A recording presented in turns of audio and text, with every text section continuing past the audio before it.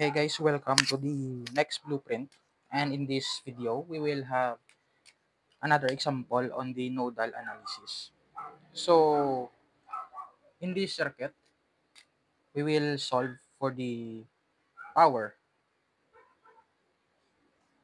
of the dependent current source.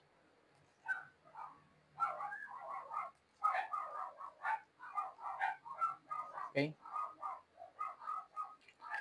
so are kaunti na ang powers ni kung pila ang iya power nga gina consume or gina provide. Okay, so first, let us define our reference node. So actually, are pwede siya maging reference node are pwede man. So I'll choose the dire nga reference node as dalom. So the other nodes we will assign nodal voltages. So first is are nga node, okay, are I'll assign V1 dire. So the other node is are, okay, so I'll assign V2 dire. So are nga node pa dire is same lang man. Okay, so amo na duwa lang ka node ang aton nga ara. Plus the reference node. Okay, so applying Kirchhoff's current law sa node 1, okay? Dire, we will have gasulod sa node 1 is 15 amperes, okay?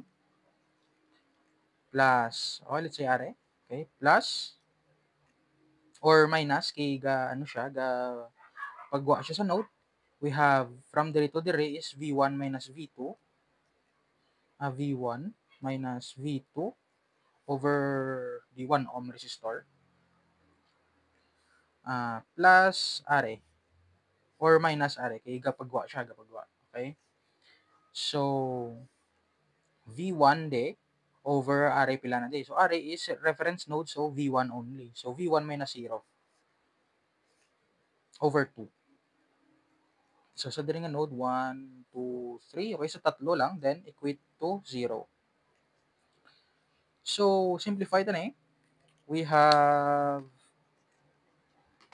okay, negative V1 over 1. So negative V1 over 1. So or negative 1 lang minus V1 over 2. So negative 1 half. So negative 1.5 V1. 1.5 V1. Tapos ang V2 is minus, tapos nag-minus ka din. So plus V2 over 1 or V2 na lang equals 15 masaylo negative 15. So this is our equation 1.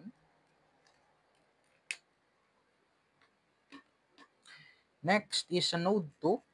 Okay, sa node 2 ta.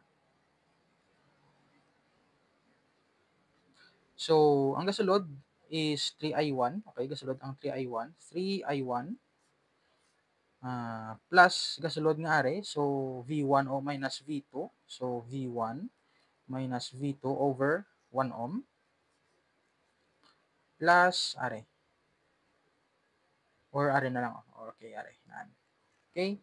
So, kapag wa siya sa V2, then minus are, kag-are nga voltage is V2 minus the reference node voltage is 0. So, V2 minus 0 over 3 ohm nga resistance.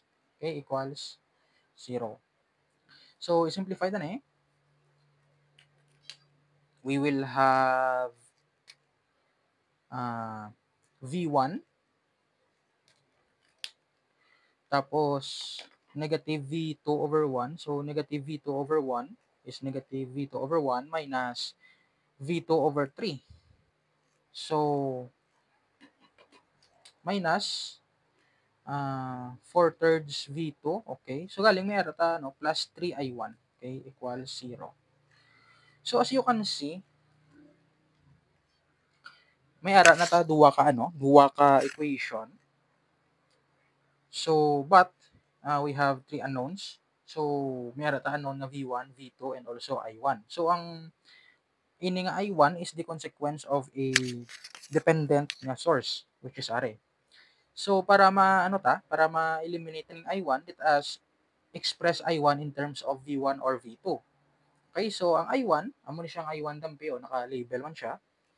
I1 is naga-flow siya sa 2 ohm resistor from dire nga terminal sa V1 paadto sa dire sa reference node. So which means by I equals V over R nga formula, we have I1 equals the voltage across the 2 ohm resistor, which is V1 minus reference node voltage. So V1 minus 0 lang over 2 ohm resistor. So this is the I1. So substituting this equation na I1, we have V1 minus 4 thirds V2 plus 3 times I1 tanga V1 over 2 equals 0. Kaya mo na siya. Then, simplifying, so are 1 V1 plus 3 halves V1. So 1 plus 3 halves is, so 5 halves. So we have 5 halves V1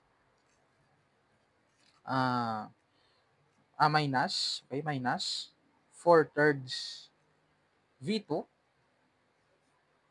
equals 0. Okay, so this is equation 2. So may V1 and V2 na lang nabilin, then we have two independent equations, then pwede na ma-solve ang V1 kag V2. So we have V1 equals kag V2 equals, so two equations, two unknowns.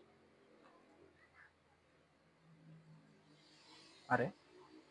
Then first is negative 1.5, then 1, then negative 15.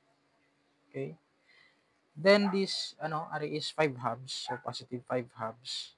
Then minus 4 thirds, okay, equals 0. Okay, so we have V1 is negative 40 volts and V2 is negative 75 volts. Okay. So the power of the dependent current source.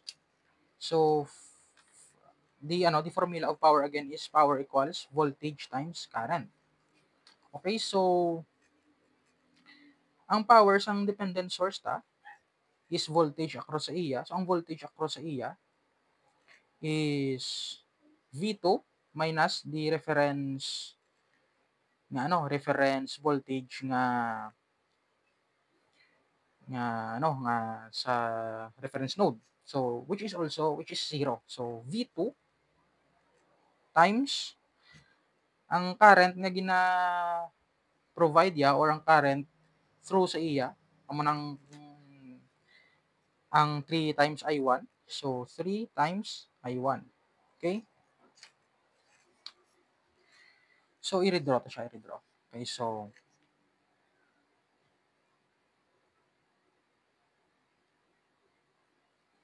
amo ni siya ang aton nga reference node.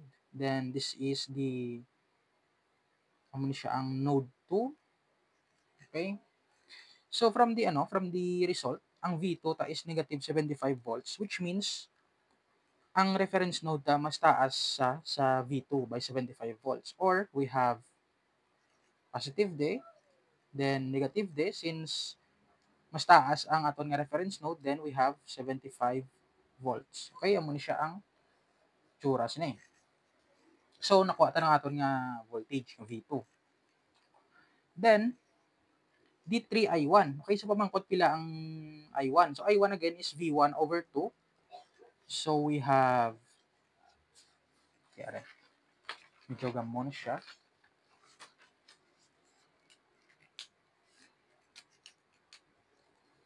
Okay, no? So 2 ohms, dani, 2 ohms. Okay, amo ni 2 ohms ta. Then this is ang dalom sang 2 ohms is the reference node. Okay, so reference node siya. So this is the reference node. Then this is the sa babaw sang 2 ohm resistor is the node 1. So this is the V1. Okay, so this is the node 1. From the result, we have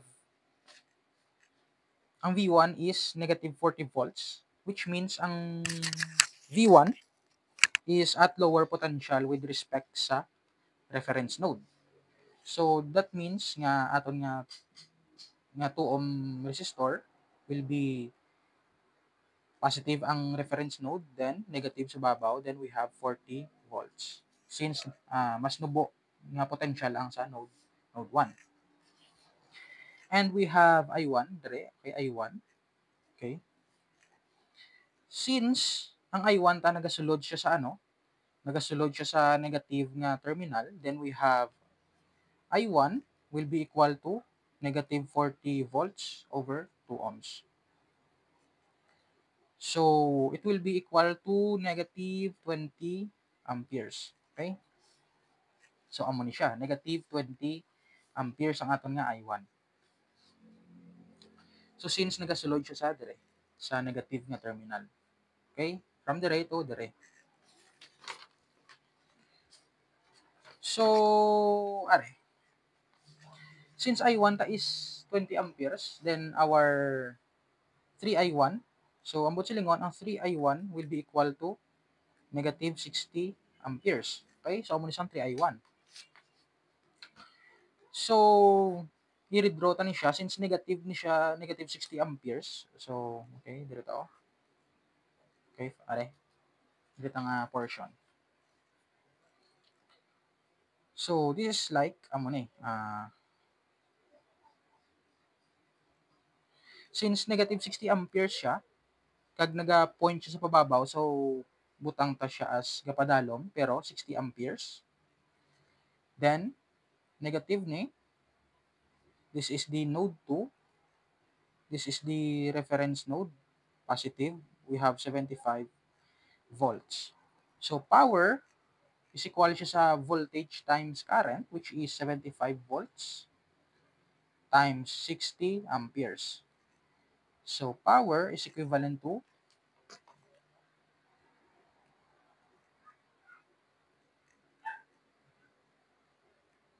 75 times 60. So, we have 4,500 watts or 4.5 kilowatts. So, amo ni siya ang power. So, the question is, ga-consume siya or naga-provide?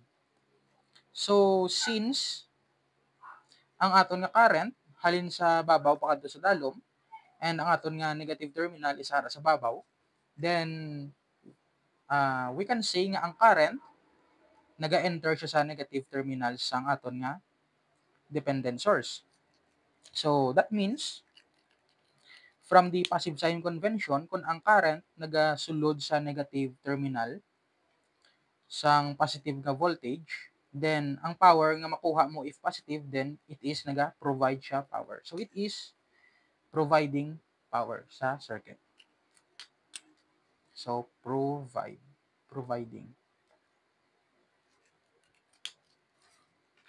Okay, so that's it for this video. So, I hope nyo na-learn ka mo the nodal analysis with dependent nga current source. So, again, kung anong ginapangita mo nga value, so, amo na siyang determine mo na una kung paano siya makita. So, makita ta ang power sang are by voltage times current. So, pangitaon ta ang voltage across sa iya and the current through sa iya. So, nag-apply ta ng nodal analysis para makuha ta aton nga objective. So, see you in the next videos.